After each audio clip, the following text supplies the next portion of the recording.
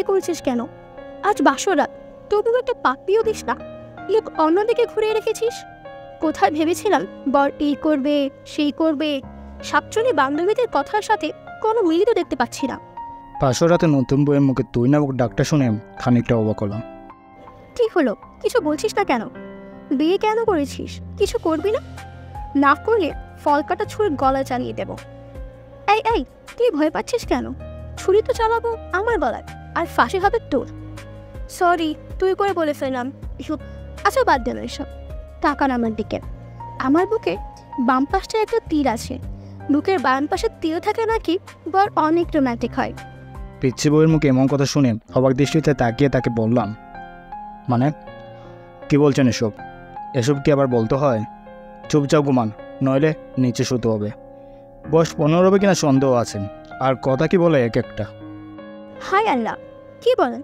আপনি আমার স্বামী? ভাবি বলেছি স্বামীর কাছে সব বলতে হয়। আচ্ছা আরও কোথায় কি আছে বলবো কি? জানেন আমার না নাভির কাছে। আল্লাহ আমাকে বাঁচাও, মেয়েটা তো দেখছি আমাকে পুরো পাগল বানিয়ে ছাড়বে। এই পিচ্ছি মেয়ে, চুপ করবে তুমি? শুনেছি বাসর ঘরে নাকি এই হয় সেই হয় স্বামী স্ত্রীর মাঝে। আপনি তো দেখছি কিছুই করছেন না। একটা কিছু তো করতে পারেন। ছাই রোম্যান্টিক আপনি। আচ্ছা জড়িয়ে নিতেও তো পারেন, তা না করে মাঝখানে কইবার স্ত্রী রেখেছেন। কার কাছে শুনেছ? কেন, ভাবির কাছে। আর কি শুনলে? ভাবি বলেছে স্বামী যেমন যেমন করতে বলে তেমন তেমন করতে। ও আচ্ছা, খুব ভালো তোমার বাবিটা। এখন তুমি ঘুমিয়ে যাও। তোমার বাবি বলছে না স্বামী যা বলবে তাই করতে, সো তাড়াতাড়ি ঘুমিয়ে যাও। তাহলে ঘুমাবো? বাসরাতে নাকি ঘুমাই না? তুমি কি আমাকে ড্রপ দিচ্ছ? আচ্ছা পরিবেশটা সরাও মাঝখানে, ইন্ডিয়া পাকিস্তান করে রেখেছ। এই পিচ্ছি চুপ করবে? আমার জীবনটা নরক বানাতে এসেছে। ঘুমা বলছি। বাসর রাতে কত কি করে শুনেছি স্বামী স্ত্রী, আর আমাকে ঘুমোতে বলছো? আচ্ছা একটা আইডিয়া শুনবেন আপনি? আবার আইডিয়া? আচ্ছা বলো, কি বলবে? বাসর রাতে কি কি করে আপনি আমায় বলেন, আমি সব করব। আইডিয়াটা চমৎকার না? এই কতবার তোকে বলবো আমি তোকে স্ত্রী হিসেবে মানি না। আপনি না মানলে কি হবে? আমি তো আপনাকে মনে প্রাণী স্বামী হিসেবে মানি। বাঙালি মেয়েদের একবারই বিয়ে হয়। যখনই আল্লাহ তাআলার কালাম পড়ে 3 বার খবর বলেছি, তখন থেকেই আপনাকে স্বামী হিসেবে গ্রহণ করেছি। শুধু ইহকালেই নয়, পরকালেও আপনাকে স্বামী হিসেবে আল্লাহর কাছে চাইবেই। আচ্ছা এখন তুমি ঘুমাবা নাকি নিচে নামিয়ে দেবো? যত সব জীবনটা শেষ করে দিয়েছে। বিয়ে নিয়ে কত স্বপ্ন ছিল বাসর রাত নিয়ে কত পরিকল্পনা, কিন্তু কপালে যে পাচ্ছে একটা মেয়ে বিয়ে করতে হবে তা কখনো জানতাম না। আচ্ছা আপনাকে একটা পাপ্পি দেই।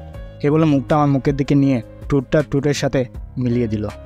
আমার চোখ জোড়া বন্ধ হয়ে গেল। পিচির নাকের গরম নিঃশ্বাস জানান দিচ্ছে পিচিটা কতটা কাছে এসে গেছে আমার। আমি ধাক্কা দিয়ে সরিয়ে দিয়ে টাস টাস করে 2টা চর বসিয়ে দিলাম। এই মেয়ে, বাসরাতে শখ জাগছে তোমার? নাকে টিপ দিলে দুধ বের হয়ে আসবেন, আর সে কিনা বাসরাত নিয়ে এত লাফালাফি করছে। যত সব। এই টিলারটা আমার জীবনটা এভাবে নষ্ট করে দেবে কখনো ভাবতেই পারিনি। আপনি ভুল করেছেন। নাকে চাপ দিলে দুধ বের হয় না, নাকে টিপ দিলে থাক বলবো পচা বের হয়, দুধ তো বের হয়। আল্লাহ কই রাখছো আমায়? এই ডিবলি মেন চুপ করবে? পিচ্ছি ওই এত কথা বলতে হয় না। সত্যি বলে ট্যাবেল হয়ে যান। আর আমি পিচ্ছি না, আমার বয়স 14 বছর 3 মাস 17 দিন।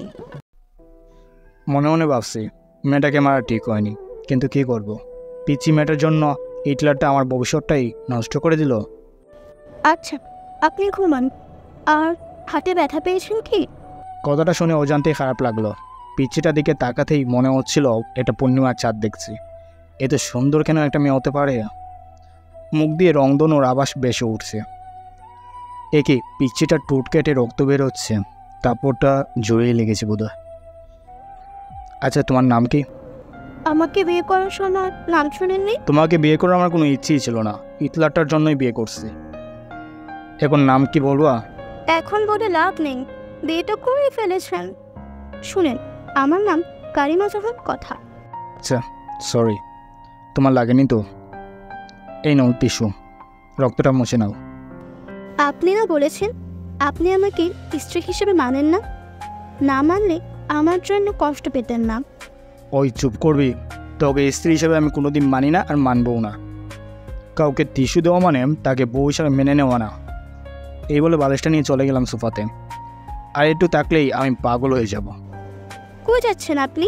জাহান নামে যাচ্ছি। চুপচাপ এখানে শুয়ে থাকবি, নইলে তোকে মাটিতে শোয়াবো। আচ্ছা ঠিক আছে।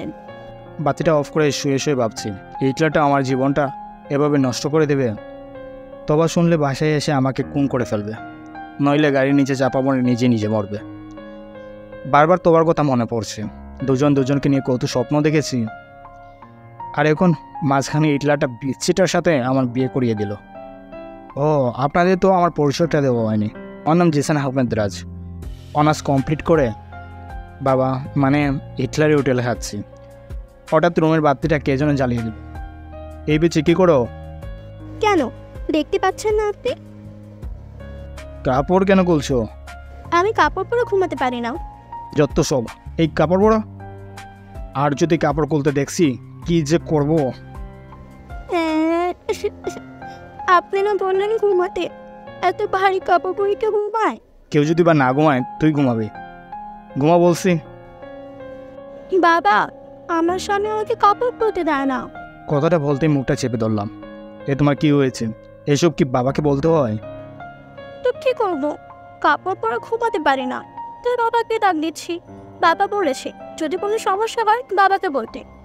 আচ্ছা তাহলে কাপড় খুলেও ঘুমাও। কথাটা বলতে দেরি হয়েছে, মেয়েটা কাপড় খুলতে দেরি হচ্ছে না। বুঝিয়ে শুনে কোনোরকম কাপড়টা গায়ে রাখতে বলে সে ঘুমিয়ে পড়ল। সকালবেলা নুসরাত দরজাতে ধাক্কাচ্ছে আর ভাবি ভাবি করছে। নুসরাতের ডাকে ঘুম ভাঙতেই সেদিকে সকাল হয়ে গেছে। তাই তাড়াহুড়ো করে বালিশটা নিয়ে বিছানায় রাখতেই দেখি কতার কাপড় নিচে পড়ে আছে। আল্লাহ, এই কেমন বউ আমার কপালে জোটালে। শাড়ি পরে ঘুমাতে পারে না। এই উঠো উঠো। ওহ, কি হয়েছে মা? ওই আমি তোর মা না। এগুলো জোরে ধাক্কা দিতেই কতার ঘুমটা ভেঙে যায়। কি হয়েছে? কাপড় পরে নাও। এবার আর বলো না যে আমি কাপড় পরতে পারি না। আমি সত্যি কাপড় পরতে পারি না, আপনি পরিয়ে দেন। আমি পরাতে পারি না। পরবর কথা বলতে তো ঠিকই পারো। আমি ছোট না, কাপড়টা পরতে পারো না। আরে কাপড় পরাতে পারলেও আমি তোমাকে কাপড় পরাবো না, নিজেই পরে নাও।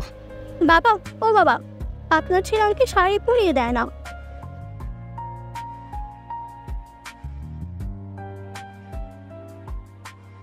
যদি আমাদের ভিডিওগুলো ভালো লাগে তাহলে অবশ্যই আমাদের চ্যানেলটাকে সাবস্ক্রাইব করবেন। আর নতুন নতুন ভালোবাসার ভিডিওর আপডেট পেতে নিচের বেল আইকন বাটনটি এখনই বাজিয়ে দিন। ধন্যবাদ সবাইকে।